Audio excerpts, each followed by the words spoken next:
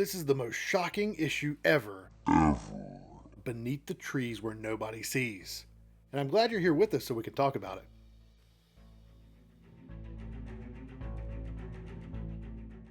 How's it going, comic book fans? Welcome back to Comic Drops. You know, to get into the spirit of the 90s for the newest issue of Beneath the Trees Where Nobody Sees Rite of Spring, I picked up my own copy of America Online.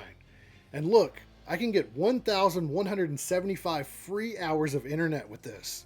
Alright, let's open this up.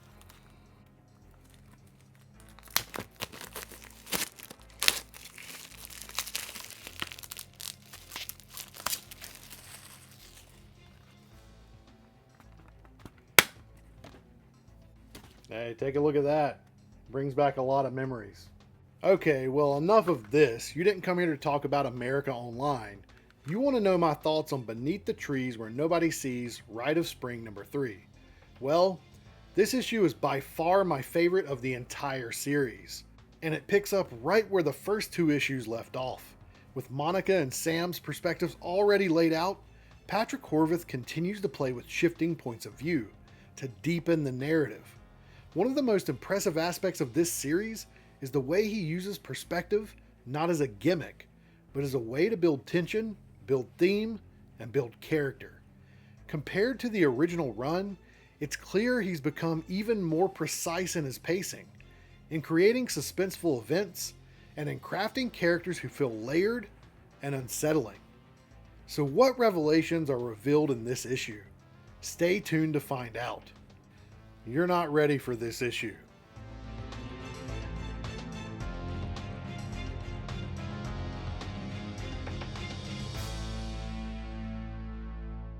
When you first crack open the issue, Patrick Horvath has once again updated the inside cover treatment. In the original series, it was the newspapers that framed each issue. Now, it's what I would assume is Sam's computer desktop, frozen in 1995. These graphics feel like little artifacts of the era that also give us hints about where the story is headed. On this issue's desktop, we see a pop-up that reads, "Want to see what your baby will look like?" A perfect throwback to those odd early internet sites, and maybe even Conan O'Brien's If They Made It. There's even the classic rabbit-duck optical illusion, showing what the child of a rabbit and a duck might look like, and an early nudge that this issue is very much about perspective. Another window advertises Maple Leaf Estates, the real estate group that continues to expand in Woodbrook, reinforcing the theme of a small town being pulled toward growth and toward change. And then there's the warning that this computer might still be infected with a virus. But here's the most tantalizing detail in my opinion. A window hidden behind all the others. It feels like Patrick Horvath is dangling a secret just out of reach, hinting that there's something crucial lurking in Sam's digital world that we'll eventually uncover. That unseen window feels like the perfect metaphor for this issue, for Woodbrook itself, and for the characters who live there. Everyone here presents a pretty normal surface layer, a mask they want others to notice, while hiding deeper truths behind carefully drawn curtains.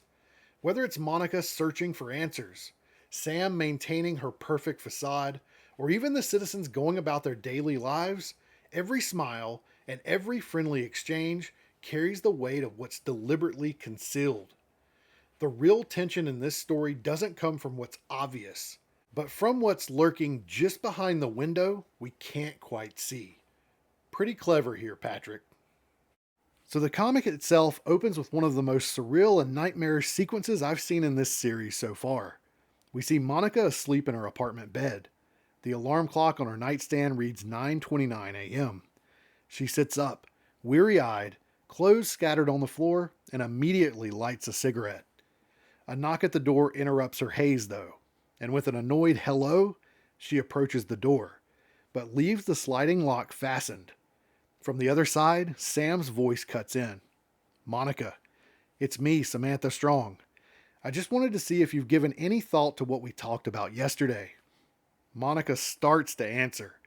"Yeah, about that," but Sam interrupts. "Crossed my mind that you might be on the fence about it, which I completely understand." And then things turn strange. Sam suddenly forces her way through the door. "But maybe if you just hear me out, it won't seem so weird.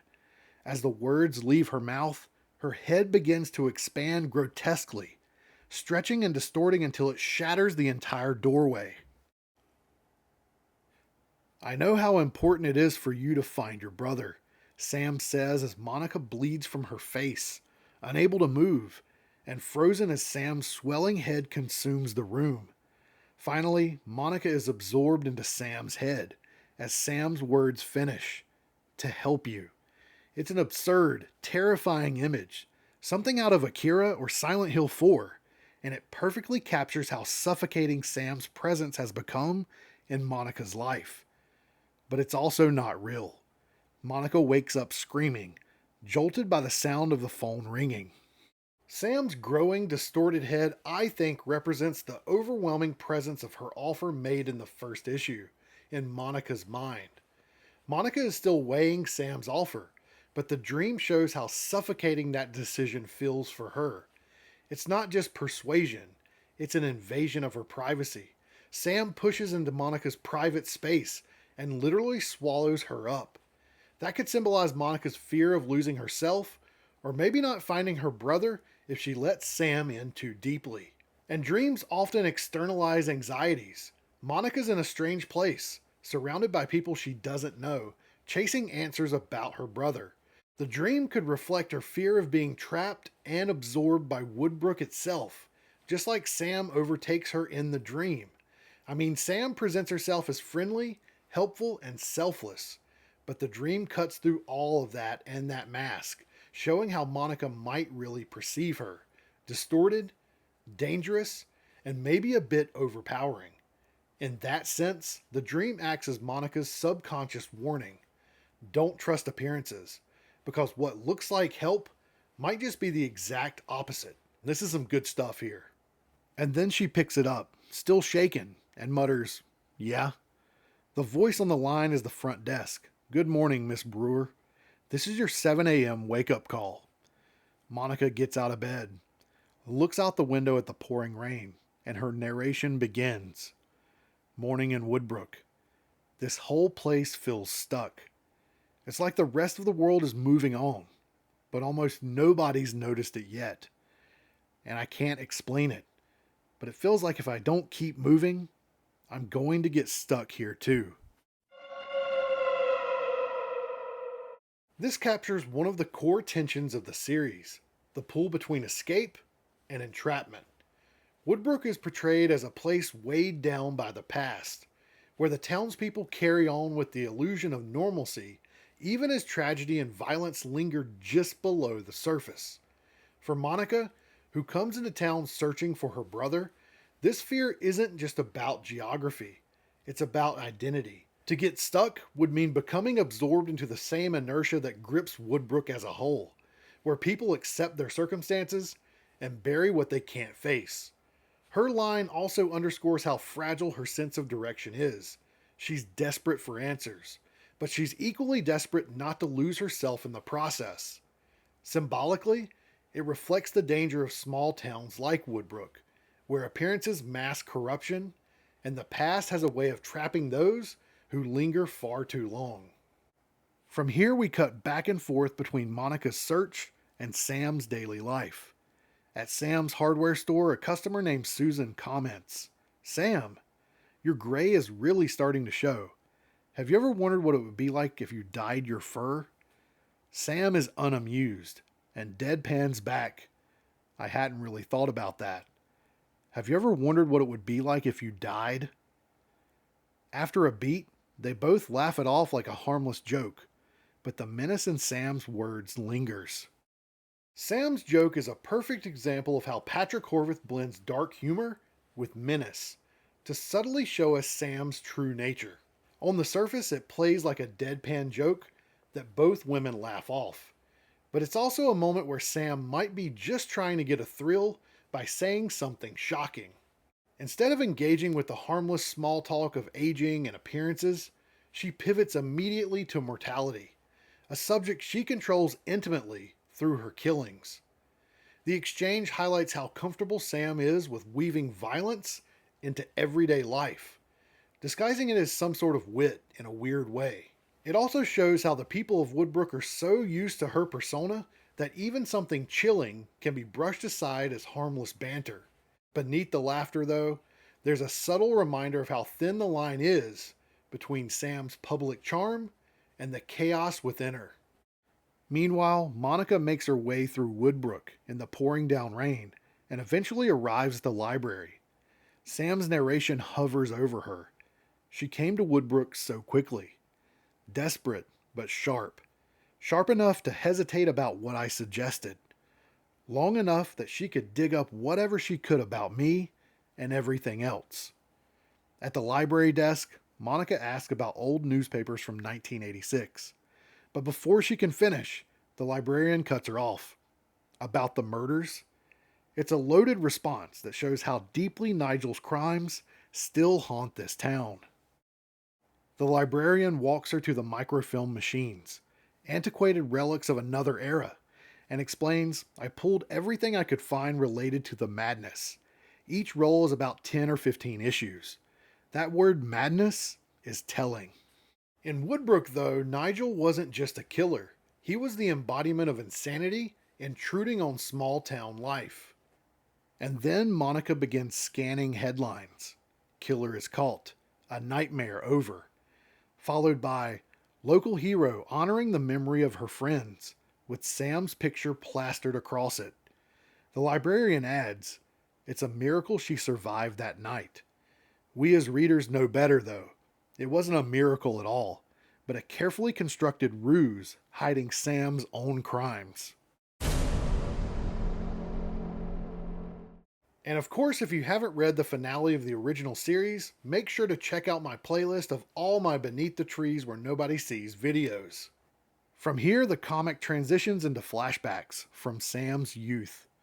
We see her at the dinner table with her parents, Roger and Vicky, fresh off her European trip, the same one we saw in Preludium. And Sam declares, I've decided to take you up on your offer. I'd like to stay in Woodbrook and work with you at the store. Her parents are delighted. Roger beams with pride, and Vicky hugs her with excitement. The home's mid-century stylings places this in the early 1960s, and for a moment it feels like a wholesome slice of Americana. But Sam's narration cuts through all that. It was time to start over and begin learning. My second education. We watch as Sam stocks shelves in the hardware store, her eyes lingering over hammers, pliers, rope, and knives. So much potential lining the shelves, just waiting for experimentation. But I needed to pace myself. She buys her first car, a blue station wagon. I think we all know why she bought this as her first car, and we'll see in just a minute. I needed transportation, and I needed to observe. And then her voice grows colder. Most importantly, I needed to win the hearts and minds of Woodbrook. If I could do that, I knew that as the years went on, I could just hide in plain sight. And this is where Sam's mask first takes shape. The cheerful shopkeeper, the helpful neighbor, all carefully curated to conceal the predator within. And this is central to understanding the mask she wears. On one level, she's talking about taking over the family business and embedding herself in the town's daily life. But beneath that wholesome surface, her education is really the study and refinement of her craft as a killer and murderer. And more importantly, how she can keep these things hidden from those living in Woodbrook. By committing to stay in this town, she isn't just choosing a home. She's choosing a stage on which to perfect her dual existence that we've seen her exploring throughout the entirety of both the original series and Rite of Spring. And her narration reveals just how deliberate this mask is. Every smile at the hardware store, every friendly exchange with neighbors, everything she does is calculated to establish trust and admiration, so no one would ever suspect the truth. In that way, Woodbrook becomes both her camouflage and her home. The mask she wears isn't an accident of circumstance. It's a carefully constructed identity that allows her to kill while being celebrated as a model citizen. This duality, community hero on the outside, and ruthless predator on the inside, is at the core of Sam's character, and her narration shows just how consciously she wields this fact. And now, back in the present, Monica asks the woman in the library why she spent the last hour staring at her. The woman says, "Sorry, I can't help myself sometimes. I love knowing what people are up to." And Monica, without missing a beat, asks, "What do you know about Samantha Strong?" The woman, in somewhat awkward fashion, says, "Oh, I don't really know more than most people here, but if you want to talk to someone, you should find Louis Burrow." So Louis the Mole's last name is Burrow. I see what you did there, Patrick. So Monica decides to track down Louis to probe deeper into Sam's life. Their interactions are laced with subtle manipulation. Monica coaxing information while pretending to share interest in the record store they happen to meet at. You can certainly tell that Monica wants information from Louis and is willing to say whatever might appeal to him to get it, even talking about his favorite band and offering him cigarettes. Louis offers to take Monica to Sam's hardware store, and they make their way there. But Sam is never far away, always watching, and always grinning in the background in sinister fashion. The issue then returns to Sam's formative years in more chilling detail. She recalls her early murders, suffocating victims with chloroform-soaked garment bags and loading their bodies into the back of her station wagon. In the beginning, I was just using a garment bag with chloroform coated inside. I thought it would take a bit to work up the nerve to find them at first. We then see a short montage of Sam's victims, each with a bag over their heads, gasping for air. It was a while before I realized how much easier it was if you let them come to you. As Sam closes the hatch of her station wagon with another body in the back. As we turn the page, we see Sam in the woods with her victim hanging upside down, draining his body of blood. The forest was always safe. It was my laboratory. We then see her use the tools of her trade, pulled directly off the shelves of her parents' hardware store, and she dismembers the body of her victim as well. The practice was evolving. I was experimenting with different materials. We also see Sam sitting in her room at home, looking at the earrings of her most recent victim. I was growing fast, and I needed space. Sam taking the earrings off one of her victims is especially striking, because it's the first time this series has shown her keeping something personal after a kill. We've seen her murders before, but not this ritualistic detail, which makes this moment feel both deliberate and revealing. The earrings work as a kind of trophy, a token of control. By removing them, Sam is stripping her victim of their own outward expression, reducing them to nothing more than part of her quest to calm the urge within her. At the same time, it mirrors her own obsession with masks.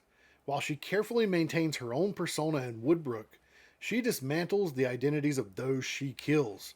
This small but intimate act signals that her murders aren't just about violence. They're about shaping the narrative, deciding who is remembered and who disappears. And this happens to be a common practice of serial killers in real life. We then see Sam in the hardware store with her father, discussing her parents' upcoming vacation. Sam has already realized that she needs more space to indulge her darker impulses, and she notes, "With the shipment and the stock rotation, I think I'm going to be in great shape while you and Mother are on vacation." Her father responds warmly, "Sammy, we couldn't be more proud of you making this a family business." We can see that Sam is already starting to feel the pressure of keeping her true self hidden from even her parents. The conversation then shifts to retirement, and Sam's father mentions that it's at least 20 years away. Upon hearing this, Sam looks worried and whispers to herself, 20 years? This moment crystallizes her growing anxiety. Her parents will be around for a long time, and she needs to figure out how to keep her murderous urges hidden while maintaining the mask of a dutiful daughter. Her father reassures her with, "You're doing a great job, but you still got a long ways to go," before returning to his inventory sheet, indifferent to the tension in the room. This scene subtly underscores the duality of Sam's life and what she discovered about herself while on vacation in Europe. On the surface, she appears obedient, responsible, and invested in the family business. But beneath that exterior, she is calculating and she's dangerous. It becomes clear here that she cannot continue indulging her darker urges while her parents are still around. To fully embrace her methodical, violent impulses, she will have to find a way to remove the obstacle they represent. Some way, somehow. We then cut back to Monica and Lewis talking behind Sam's hardware store after having walked there, but Sam then walks out the back door. She tells Lewis that it's time for him to clock in. After he walks inside, then Sam asks Monica, "You thought any more about what we talked about?" To which Monica responds, "Yes, but," and Sam finishes her sentence, "But you don't know what to think about me yet." Monica then replies directly, "Nope, not yet." At this, Sam asks Monica if she has time for a walk, as Sam says, "I want to show you something." Monica's wariness of Sam's offer highlights both her intelligence and her sense of self-preservation. She's immediately cautious, sensing that Sam's seemingly generous offer may come with hidden strings or an ulterior motive. I mean, who wouldn't? You get a message about your missing brother, come to the town mentioned, and then coincidentally meet up with a person offering to help you find that brother. Who wouldn't be suspicious of Sam? This hesitation also reinforces that Monica just might mistrust Woodbrook altogether. Almost nothing here is as it seems, and even helpful gestures may conceal danger in her eyes. Monica's skepticism sets her apart from other citizens who more readily accept Sam's persona, showing that she isn't easily manipulated and will certainly serve as a problem for Sam's carefully constructed mask within the community at some point in this series. Then we jump back to the past again, with one of the most shocking scenes of this entire series. We see Sam and her parents in the dining room of their house. Sam has cooked a dinner for her father and for her mother. Her father says, "It looks great, Sammy." Well, let's dig in. He starts eating as her mother says, "You've really outdone yourself, dear. Thank you." Sam can be seen in the background with a smile on her face, watching as her parents eat. Sam then sits down at the table and asks, "How early do you plan on leaving tomorrow?" Her father says, "We'll probably hit the road about 5:30, and I bet we'll be on Interstate 91 by the time most people are having their breakfast." Vicky then adds, "Whatever your father says, we're still going to take our time getting down there to enjoy the sights." However, this was never the plan at all, especially if Sam had anything to do with it. Sam and her mother both hear a loud cough and look over to see Roger choke out, "Can't breathe." Roger collapses and he's foaming at the mouth. Vicky panics, thinking he's having a heart attack, but Sam coldly corrects her just as Vicky too gasps for air. "It's not a heart attack, Mother. It's cyanide." Vicky collapses onto the floor, and now both parents are dead. Sam disposes of their bodies by dismembering them and sealing the remains in paint cans and hiding them in a crawl space. It was like everything had been practiced leading up to this, like I was taking a final exam that I'd been studying for. I aced it. Sam's murder of her parents and her complete emotional detachment while doing so underscores the depth of her nature, cold and remorseless. It highlights that she has fully compartmentalized her darker impulses, treating even the most intimate and shocking acts as calculated steps in her broader plan. This scene reinforces the duality of her character yet again. Outwardly, she's a responsible, friendly figure in Woodbrook, but inwardly, she's cold, she's precise, and capable of extreme violence without hesitation, even against her own parents. The lack of visible emotion here amplifies the horror, showing that for Sam, personal attachment or societal norms are irrelevant when it comes to fulfilling her objectives. It's a stark illustration of how her mask of normalcy allows her to conceal her true self while pursuing her darker desires. And Sam wasn't done yet. She then takes their car and drives it into a lake. And while she walks home, we hear more narration. I came through on the other side, ready to be who I was meant to be. And let's not forget either, the paint cans in the crawl space and the car at the bottom of the lake are classic examples of Chekhov's gun. Small details introduced with clear narrative weight that are likely to have consequences later on in this series. If discovered, they could directly implicate Sam in her parents' murders, unraveling the carefully constructed mask she wears in Woodbrook. And that crawl space, while hidden, is still a part of her home, vulnerable to searches, break-ins, or even accidental discovery by someone curious like Monica, or maybe Nigel in the past. And don't forget he had a photo of what looked like a bear skull in his lockbox in the original series. Did he find the paint cans hidden in her house while he was stalking Sam? Who knows? But his box is also still buried out there in the woods. Maybe Nigel will have the last laugh. Anyways, the car at the lake could be traced or found by authorities as well, tying it back to her parents. These pieces of evidence represent physical remnants of her past crimes that threaten to pierce the illusion of normalcy she's built, creating tension for future conflicts and raising the stakes for any character who begins to suspect her true nature.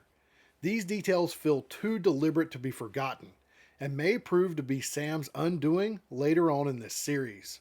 And finally, we get to the conclusion of the comic. The issue closes with Sam talking to Monica on a walk through Woodbrook, reminiscing about mowing lawns as a kid and visiting her childhood friend Lola, Nigel's mother, and also another one of her victims. The dramatic irony here is off the charts, and it certainly makes for a thrilling read. Standing on a hill overlooking Lola's old house, Sam points out that the new residents have no idea what history they're living on top of. Nigel had a lot of secrets, and I can almost guarantee you there's still something hidden in his old room. Notes, maybe pictures. She frames it as an opportunity for Monica to take action. If you want to do something without waiting for the sheriff, this is your best bet. It's sort of crossing a line though. I don't think I could do it. You'll have to lie to gain their trust and get inside their house. And then they'll be involved in all of this whether they like it or not. Almost feels like a violation of their home, you know? It's a shame to have to do that to people who are minding their own business. That might be something you'll have to carry around for a long time. But if you want to find your brother bad enough. It's certainly a move to manipulate Monica, showing just how far ahead Sam is thinking. When Sam guides Monica toward Lola and Nigel's house and points out the potential of hidden items, it's a clear example of her manipulative cunning. On the surface it seems helpful. She's giving Monica a lead, but the underlying motive is likely twofold.